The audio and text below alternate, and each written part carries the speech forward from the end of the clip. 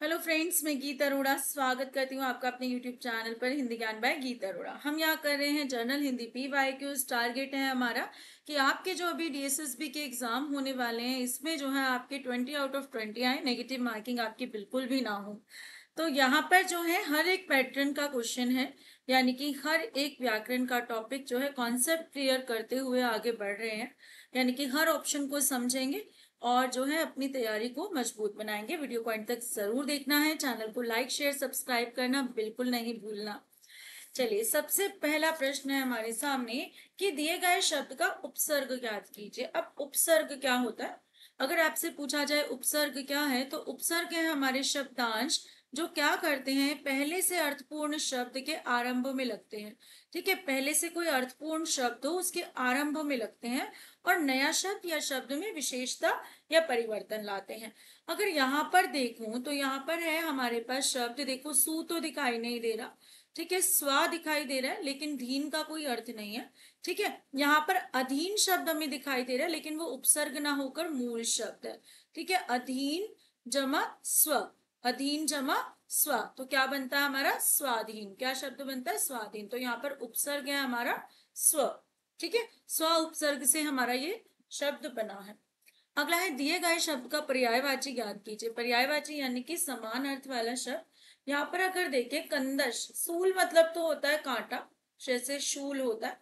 कनक मतलब अनेकार्थक शब्द है, इसका एक अर्थ सोना होता है, एक अर्थ धतूरा होता है, और क्या होता है? गेहूं होता है ना। तो ये तो अनेकार्थक शब्द है।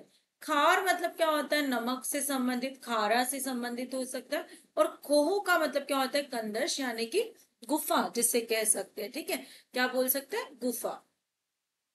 तो उत्तर हो जाता है हमारा तीसरा। अगला है दिए गए शब्द युग्म का सही शब्द युग्म ज्ञात कीजिए, यानी कि इनका जो अर्थ हो। ठीक है, अवशेष, जैसे अवशेष मिले, अवशेष, तो इसका अर्थ क्या होता है? यानी कि कुछ बचा हुआ सामान मिला, जैसे पुराने जमाने के अवशेष मिले कह देते हैं, तो यानी कि बचा हुआ कुछ मिला। अविशेष, विशेष मतलब क्या होता है? स्पेशल। ठीक है, अ लगाने से जो स्पेशल ना हो यानी कि जो साधारण हो, तो उत्तर हो गया हमारा डी। दिए गए शब्द का पुल्लिंग ज्ञात कीजिए। पुल्लिंग मतलब स्त्रीलिंग और पुल्लिंग, हिंदी में दो लिंग है, याद रखना। ये प्रश्न आ चुका है कि हिंदी में कितने लिंग है। कई बच्चे संस्कृत से कंफ्यूज हो जाते हैं, वहां 3 लिंग होते हैं लेकिन हिंदी में 2 लिंग है। ऐसे ही हिंदी में वचन भी 2 ही है। ठीक है, यहाँ पर है भवानी।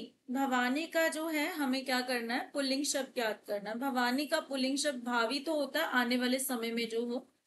भवा कोई अर्थ नहीं है। भवती मतलब इसमें भी वर्तनीय शुद्धि, अगर संस्कृत का लू तो भवती मतलब होना। तो क्या है? भवानी का पुल्लिंग है भव। क्या है? भव। अगला प्रश्न है कि दिए गए वाक्य में किस विराम चिन्ह का प्रयोग किया जाएगा, उसकी पहचान कीजिए। ठीक है, जहां पर भी ऐसे आए, राजू ने कहा अपना काम करो, तो कहा के बाद हमेशा अल्प विराम आता है। फिर उसके बाद शुरू होता है हमारा दोहरा उद्धरण चिन्ह, और दोहरे उद्धरण चिन्ह में जिसने कहा है उसका कथन जो है उसी के शब्दों में व्यक्त किया जाता है। तो कहा के बाद अल्प विराम और जो है दोहरा उद्धरण चिन्ह हमारा यहाँ आएगा। ब्रैकेट की कोई जरूरत नहीं है, ब्रैकेट कोष्ठक हमारा लगता है किसी शब्द का अर्थ बताना हो, प्रश्न सूचक लगता है यदि प्रश्न पूछा जा रहा। ठीक है, और अर्ध विराम लगता है जब हम योजक शब्द को हटा रहे हो। ठीक है, तो यहाँ पर हमारा सही विकल्प क्या है? दूसरा। निम्नलिखित में से कौन सा शब्द व्यक्तिवाचक संज्ञा है? व्यक्तिवाचक संज्ञाएं कौन सी होती हैं? जो प्रॉपर नेम्स होते हैं, यानी कि नाम होते हैं, है ना, बिल्कुल नाम होते हैं। तो वो कौन सी संज्ञा है जिसमें नाम हो? पर्वत क्या है? जातिवाचक संज्ञा, हमें नहीं पता कौन सा पर्वत। सोना क्या है? एक द्रव्यवाचक संज्ञा है। ठीक है, इस जैसे पदार्थ होते हैं। मनुष्य क्या है? जातिवाचक संज्ञा। गंगा एक नदी का नाम है, एक विशेष नाम है, तो ये हमारी व्यक्तिवाचक संज्ञा हो गई। निम्नलिखित वाक्यांश के लिए उचित शब्द का चयन कीजिए जो वंदना के योग्य ना हो। ध्यान से पढ़ना है, जो ना हो। यौगिक का अर्थ क्या होता है? जिसमें योग हुआ हो। अनिंदनीय, जो निंदा के योग्य ना हो, जो निंदा के योग्य ना हो। आनंदनीय, जो आनंद के योग्य हो। अवंदनीय, वंदना शब्द दिखाई दे रहा है, पूजा। ठीक है, जो वंदना के योग्य हो वंदनीय, जो वंदना के योग्य ना हो वो क्या हो? अवंदनीय। दिए गए वाक्य का पक्ष ज्ञात कीजिए। मोहन चपरासी है। पक्ष आपको मैंने अभी जो है पहले भी जो है PYQs में कराया हुआ है। जब पक्ष की बात आती है तो वाक्य के पक्ष होते हैं, जैसे नित्य पक्ष, सातत्य पक्ष हो गया, पूर्ण पक्ष, अपूर्ण पक्ष हो गया, है ना। तो यहाँ पर जो हमारा पक्ष है वो कौन सा है हमारा, ये हमारा नित्य पक्ष है, कि जो है मोहन चपरासी है वह एक ही काम कर रहा है। ठीक है, अपूर्ण पक्ष नहीं है, कोई अधूरा काम नहीं दिखाई दे रहा, कोई पूरा काम दिखाई नहीं दे रहा, तो पूर्ण पक्ष भी नहीं है। नित्य पक्ष हमें समझ आ रहा है। उसने अपने माल को बचाने के लिए अनेक उपाय किए, परंतु वह सब निष्फल रहा। यहाँ पर क्या है कि किस विराम चिन्ह का प्रयोग किया जाएगा उसकी पहचान कीजिए। जब ऐसे प्रश्न आ जाए तो हमें क्या ध्यान रखना है, ठीक है। यहाँ पर लिखा है निष्फल हुए, पूर्ण विराम पहले से लगा, यानी कि इनमें से कोई विराम चिन्ह लगना है। देखो ये तो होता है कॉन्टिन्यूएशन में कोई बात हमने अधूरी छोड़ दी, वहां लगता है, ठीक है। तो वैसे जो है इसका यहाँ पर कोई प्रयोग नहीं है क्योंकि वाक्य पूरा हो रहा है। ये है हमारा योजक चिन्ह। ठीक है, योजक चिन्ह हमारा लगता है जहां पर शब्द युग्म हो। यहाँ पर कोई शब्द युग्म दिखाई नहीं दे रहा, जैसे दिन रात नहीं दिखाई दे रहा, कोई तुलनावाची शब्द नहीं दिखाई दे रहा, कोई पुनरुक्त शब्द नहीं दिखाई दे रहा। ठीक है, बच्चा अल्प विराम। अल्प विराम लगता है एक जैसी चीजों के बीच में या छोटे छोटे उपवाक्यों के बीच में, जो हमें यहाँ दिखाई नहीं दे रहे हैं। यहाँ पर वैसे अगर परंतु लगा है तो किसी अन्य विराम चिन्ह की जरूरत नहीं है, लेकिन यहाँ पर क्या हम लगा सकते हैं, यहाँ पर हम अर्ध विराम का प्रयोग कर सकते हैं। यदि हम क्या करें, परंतु को हटा दे तो हम किसका प्रयोग करेंगे, अर्ध विराम का। अर्ध विराम जो है दो वाक्यों को जोड़ने का काम करता है कई बार, यानी कि योजक शब्दों के स्थान पर आ जाता है। तो उत्तर हमारा बन जाता है यहाँ पर डी विकल्प। ठीक है, अगला है प्रश्न हमारे सामने यहाँ पर कि निम्नलिखित वाक्यों में से संयुक्त वाक्य ज्ञात कीजिए। संयुक्त वाक्य किसका भेद है, रचना के आधार पर वाक्य के भेद का, जैसे सरल भी है, संयुक्त भी है और मिश्र भी है। ये तीन भेद जो है हमारे किसके आधार पर है, हमारे रचना के आधार पर है। ठीक है, अब यहाँ पर जब सरल वाक्य की बात करें तो इसमें एक मुख्य क्रिया होती है, यानी कि उसका काल भी पता चलता है हमें। ठीक है, संयुक्त वाक्य में दो स्वतंत्र वाक्य किससे जुड़े होते हैं, योजक शब्दों से जुड़े होते हैं। मिश्र वाक्य में एक प्रधान वाक्य और आश्रित उपवाक्य से जुड़ा होता है।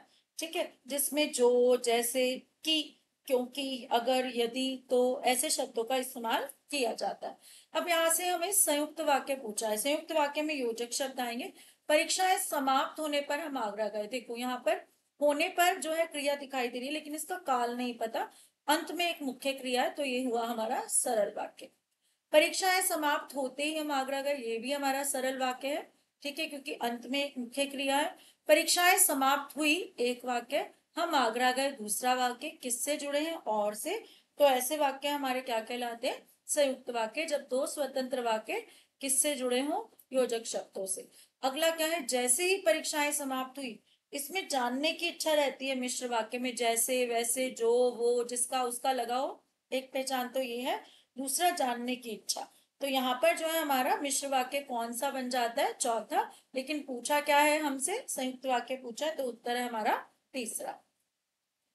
दिए गए शब्द का पर्यायवाची शब्द ज्ञात कीजिए। अभद्र। भद्र मतलब होता है वह बहुत ही भद्र पुरुष है, यानी कि जेंटलमैन है। तो अभद्र क्या होगा, जो जेंटलमैन ना हो, यानी कि उसका विलोम हो जाएगा। ठीक है, अस्वच्छ क्या है, अस्वच्छ होता है जो गंदा हो। अपूर्व क्या है, जो पहले ना हो। विलक्षण मतलब क्या होता है कि जो अनूठा हो, कह सकते हैं, जो इसमें गुण जो है अलग हो। असभ्य, सभ्य मतलब होता है जिसमें संस्कार हो, बैठना उठना आता हो, तो उसका विपरीत क्या है, असभ्य, जो किससे मिलता है, अभद्र से मिलता है।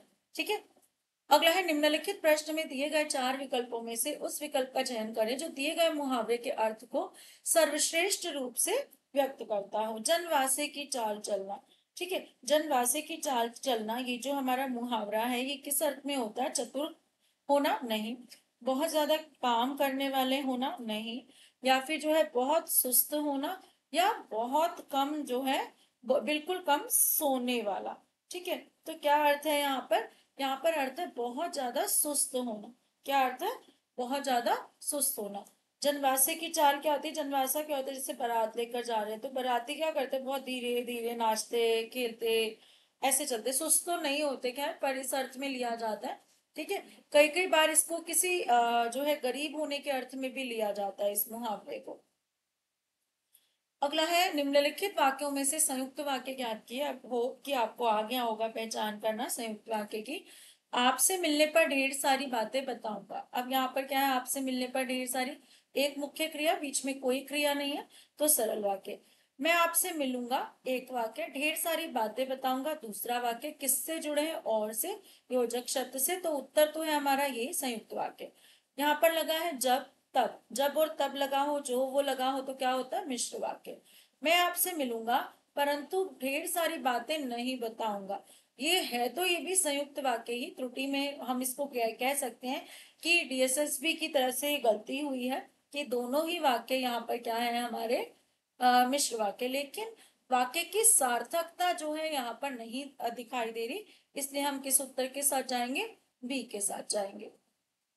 अगला है, निम्नलिखित प्रश्न में दिए गए चार विकल्पों में से उस विकल्प का चयन करें जो दिए गए मुहावरे के अर्थ को सर्वश्रेष्ठ रूप से व्यक्त करता है। अमर बेल होना, अमर बेल होती है एक प्रकार की जो दृढ़ता से क्या करती है, आगे बढ़ती रहती है। तो क्या हुआ, दृढ़ता से, दृढ़ता पूर्वक चिपके रहना। ठीक है, क्या होगा, दृढ़ता पूर्वक चिपकते चिपके रहना, यानी कि जो है किसी काम को जो है बड़ी ही दृढ़ता से करना, यानी कि बदलना नहीं। ठीक है, विपत्ति आना नहीं, किस्मत पलटना नहीं, पराजित होना नहीं। अगला है कि कालवाचक क्रिया विशेषण बताना है। क्रिया विशेषण है हमारे चार तरह के, जिनका क्या काम होता है, जिनका काम होता है क्रिया की विशेषता बताना। ठीक है, ये किसकी श्रेणी में आते हैं, इनको क्या बोलते हैं, इनको अव्यय या अविकारी शब्द भी बोलते हैं, यानी कि जिन पर लिंग वचन कारक का कोई प्रभाव नहीं पड़ता। चार क्रिया विशेषण कौन से है, रीतिवाचक है, कालवाचक है, स्थानवाचक है और परिमाणवाचक। ये चार तरह के हमारे क्या होते हैं, परिमाणवाचक। ठीक है, हमारे क्या होते हैं, क्रिया विशेषण होते हैं। रीतिवाचक बताता है कैसे का उत्तर क्रिया के साथ, यानी कि क्रिया करने का तरीका क्या है। कालवाचक बताता है क्रिया कब हुई। स्थानवाचक बताता है कहाँ हुई। और परिमाणवाचक बताता है कितनी हुई। लेकिन ये कैसे बताते हैं, यहाँ पर कोई भी प्रॉपर नाउन उत्तर में नहीं होती। यहाँ पर जो है कैसे शब्द होंगे, जैसे काल के लिए है कभी कभी, कभी कभी, या दिन, दिन भर, रात भर। ठीक है, इस तरह के शब्द आएंगे। या फिर स्थानवाचक के लिए कैसे शब्द आएंगे, यहाँ वहां जहां तहां, इस तरह के आएंगे। ठीक है, तो इस तरह जो है हमारा क्रिया विशेषण बनता है। जाता क्या है, एक क्रिया, तो ये तो उत्तर नहीं है। मैं क्या है, एक सर्वनाम, उत्तर नहीं है। वहां क्या है, स्थानवाचक क्रिया विशेषण, लेकिन हमसे पूछा क्या है, कालवाचक। तो कब कब, कभी कभी। ठीक है, कब, मैं कब जाता हूँ, कभी कभी, तो उत्तर क्या है, काल में बताया जा रहा है, तो डी हमारा उत्तर बन जाता है। अगला है, अगले सेट के 15 क्वेश्चन जो है हमारे, निम्नलिखित वाक्यों में से सरल वाक्य ज्ञात कीजिए। उम्मीद की सरल वाक्य पहचान करनी आ गई होगी। साथ साथ क्वेश्चंस को जो है सॉल्व करते रहा करो यार। मतलब बताना अच्छी बात है कि मैं आपको हर एक ऑप्शन क्लियर करके बताती हूँ, लेकिन खुद भी पहले उत्तर ढूंढने की जो है बहुत अच्छे से कोशिश कर लिया करो। वह दिल्ली जाकर काम करने लगा है। यहाँ पर जो है कौन सी क्रिया दिखाई दे रही है, काम करने लगा है। जाकर भी एक क्रिया है, लेकिन इसका काल नहीं पता कि भूतकाल की है, भविष्य काल की, तो मुख्य क्रिया एक ही है। तो सरल वाक्य तो हमें मिल गया, यही वाला है। यहाँ पर क्या है, वह दिल्ली गया, एक वाक्य, काम करने लगा, दूसरा वाक्य, किससे जुड़े हैं, और से, तो ऐसे वाक्य संयुक्त वाक्य। जैसे लगा है, ठीक है, तो क्या होगा, मिश्र वाक्य। जब लगा है तो क्या होगा, मिश्र वाक्य। तो नीचे वाले दोनों मिश्र वाक्य हैं। दिए गए शब्द युग्म का सही जो है युग्म ज्ञात कीजिए। तो हमें क्या करना है, इसका शब्द युग्म बताना है कि क्या है। ठीक है, एक बार इसको हम्म, असित और अशित, ये दो शब्द हमें दिए गए। देखो, असित का अर्थ होता है काला, पहले काला या नीला, दोनों अर्थों में लिया जाता है। ठीक है, तो दो विकल्पों में हमें दिखाई दे रहा है, बल्कि यहाँ पर अश्वेत लिखा, ये भी समझ आ रहा है। अशित क्या होता है, अशित का अर्थ होता है, वैसे तो श्वेत भी होता है इसका अर्थ, लेकिन श्वेत ये गलत हो गया फिर, परहेज तो बिल्कुल नहीं है। ठीक है, अब बच्चा खाया हुआ, खाया हुआ को अशित को और क्या बोलते हैं, झूठा। क्या बोलते हैं, झूठा। तो झूठे को डीएसएसबी ने क्या लिख दिया, खाया हुआ। तो हमारा उत्तर क्या बन जाता है, पहला। अवगत और अविगत, इनका क्या बताना है, हमें शब्द युग्म का अर्थ बताना है। अवगत हूं, मैं आपकी बात से अवगत हूँ, अवगत हूं यानी कि मुझे आपकी बात ज्ञात है। तो इसमें भी विदित का अर्थ भी ज्ञात है। ठीक है, ज्ञात इसका भी है और ये भी है। ठीक है, समझ आ रहा है। लेकिन अब बात है अविगत। अविगत होता है जो ज्ञात ना हो, जो पता ना हो। तो प्रेम तो कट गया। ठीक है, ये तो पहले ही नहीं था, ये भी कट गया। विदित का मतलब क्या होता है, ज्ञात होना, जो यहाँ पर भी दिया गया है। ठीक है, तो ये तीनों विकल्प हमारे कट जाते हैं। बचा क्या? विदित यानी कि पता होना, अव्यक्त यानी कि जो ज्ञात न हो। अगला है पूर्ण पृथ्वी गोल है। इसमें क्या बताना है? वाक्य का पक्ष बताना है कि कौन सा पक्ष है। जब ऐसे आए हमारे प्रश्न कि पृथ्वी गोल है या कुछ है, तो ये नित्य पक्ष में आते हैं। ठीक है, किस में आते हैं? नित्य पक्ष में आते हैं। ठीक है, और नित्य पक्ष को बताते हुए यानी कि ये जो है बदल नहीं सकते हैं। अगला है तुम्हारा यह कार्य प्रशंसा के योग्य है। तो इसके लिए क्या होगा? योग्य शब्द आता है तो प्रत्यय लगता है अन्य। क्या लगता है? अन्य। तो क्या बन गया? प्रशंसनीय। क्या शब्द बन गया हमारा? प्रशंसनीय।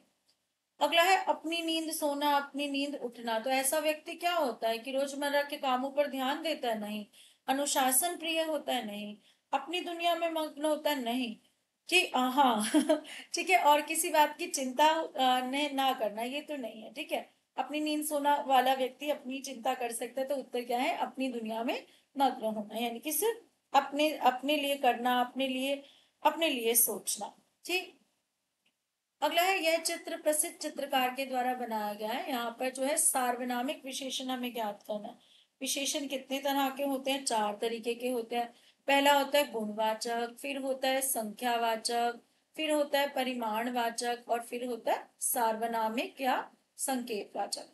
इसमें है गुण दोष कुछ भी बताया जा सकता है, रंग आकार बताया जाता है। इसमें संख्या वाले शब्द विशेषण का काम करते हैं, या परिमाण यानी कि यूनिट्स आ जाती हैं आपके। लेकिन सार्वनामिक विशेषण में सर्वनाम शब्द संज्ञा से तुरंत पहले लगकर जो है विशेषण का काम करते हैं। देखो, चित्र एक संज्ञा शब्द है। आइडियली जो है सर्वनाम का क्या काम होता है कि संज्ञा को हटा दे और उसके स्थान पर आ जाए।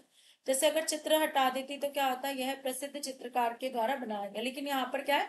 चित्र एक संज्ञा शब्द है, इसको हटाया नहीं गया, बल्कि इससे तुरंत पहले क्या लगा दिया गया? सर्वनाम शब्द लगा दिया गया। तो सर्वनाम शब्द क्या काम कर रहा है? अब यहाँ पर सार्वनामिक विशेषण का काम कर रहा है, तो ये हमारा विकल्प है। आप वैसे भी देख सकते हैं, द्वारा सर्वनाम शब्द नहीं है, के तो कारक है, प्रसिद्ध क्या है? यहाँ पर विशेषण है। अगला है दिए गए शब्द का बहुवचन ज्ञात कीजिए। श्रीमती। श्रीमती, श्रीमती ये बिल्कुल नहीं, श्रीमती नहीं, नहीं श्रीमती ये नहीं, श्रीमतियां। क्या है? श्रीमतियां। अगला है यहाँ पर कि निम्नलिखित प्रश्न में दिए गए 4 विकल्पों में से उस विकल्प का चयन करें जो दिए गए मुहावरे के अर्थ को सर्वश्रेष्ठ रूप से व्यक्त करता है। गांठ का पूरा है भाई वो तो, यानी कि वो बहुत धनी है। क्या है? बहुत धनी है। अमीर व्यक्ति के लिए मुहावरा इस्तेमाल होता है। निराश लौटना नहीं, बराबर समझना नहीं, एक नजर से देखना होता है ना सब कुछ। निराश लौटना के लिए आप मुहावरे जो है साथ साथ चुना करें कि कौन सा आ सकता है। अगला है तेज गर्मी चलने के कारण वह डैश हो गया। रिक्त स्थान उचित से मृत हो गया। इतना कि मृत हो गया? नहीं। ठीक है। जीवित हो गया? नहीं। निर्जीव हो गया? नहीं। अचेतन। अचेतन मतलब उसकी चेतना खो गई, जैसे बेहोश हो गया। ठीक है, मूर्छित के अर्थ में कई बार इसे इस्तेमाल किया जाता है। अचेतन का अर्थ होता है मतलब जिसमें चेतना ना हो। कई बार जो है मृत के लिए भी इस्तेमाल कर लिया जाता है, लेकिन यहाँ पर जो है अचेतन का अर्थ क्या है? मूर्छित हो जाना, या फिर जिसको होश ना रहना। अगला है रामू, राजू और वीरेंद्र घूमने गए। अब विराम चिन्ह पूछे कौन से इस्तेमाल होंगे। देखो, ये रामू राजू 2 नाम लग रहे हैं, तो अल्प विराम आएगा। नामों के बीच में घूमने गए, पूर्ण विराम। प्रश्न नहीं पूछा जा रहा, ये विकल्प कट गया। योजक चिन्ह नहीं है, कोई विलोम शब्द नहीं है, कोई तुलनावाची शब्द नहीं है, ये कट गया। ठीक है, अर्ध विराम की आवश्यकता नहीं है क्योंकि 2 वाक्य नहीं दिए हुए हैं। तो क्या है? अल्प विराम और पूर्ण विराम। अगला है रिक्त स्थान में उपयुक्त क्रमवाचक विशेषण छाट कर लिखिए। क्रमवाचक विशेषण क्या होता है? क्रम से हो। जैसे राजन को कुल जायदाद का डैश हिस्सा मिला। थोड़ा हिस्सा मिला? नहीं। 4 मीटर हिस्सा तो परिमाणवाचक हो गया। यह क्या है? सार्वनामिक है। ठीक है, यहाँ पर क्रमवाचक में क्या आएगा? छठा। क्या आ जाएगा? छठा। अगला है निम्नलिखित वाक्यों में से मिश्र वाक्य ज्ञात कीजिए। क्या पहचान है? जैसे, वैसे, जो, जब लगा हो। किस में लगा हुआ है? तीसरे में लगा है। जैसे ही मैं विद्यालय पहुंचा घंटी बज चुकी थी। मैं विद्यालय पहुंचा परंतु घंटी बज चुकी थी। 2 स्वतंत्र वाक्य परंतु से जुड़े हैं तो संयुक्त वाक्य। मेरे विद्यालय पहुंचने से पहले सरल वाक्य, एक ही मुख्य क्रिया। मैं विद्यालय पहुंचा और घंटी बज चुकी थी, संयुक्त वाक्य। अगला प्रश्न है कि दिए गए वाक्य में किस विराम चिन्ह का प्रयोग किया जाएगा, उसकी पहचान कीजिए। बहुत ही आसान, गीता खेलती है। प्रश्न पूछा जा रहा है? नहीं। कोष्ठक की बात है क्या? किसी शब्द का अर्थ बताना है? नहीं। क्या यहाँ पर निर्देश दिया जा रहा है किसी को? नहीं। तो क्या है यहाँ पर? पूर्ण विराम की आवश्यकता है कि वाक्य की पूर्ति हमें करनी है। तो ये थे आज के हमारे 30 प्रश्न, जो आपको उम्मीद है कि सारे व्याकरण के कॉन्सेप्ट जो है हमने जो है पढ़ते हुए क्वेश्चंस को सॉल्व किया है। सबसे अच्छी बात है कि सारे ऑप्शंस हम डिस्कस करते हैं, जिससे आपको कहीं पर भी जो है डाउट ना रहे। तो क्लास कैसी लग रही है आपको कमेंट करके जरूर बताइएगा। चैनल को शेयर जरूर कीजिए और जो है लाइक कीजिए, एक लाइक, और मेरा जो है दिल बहुत खुश।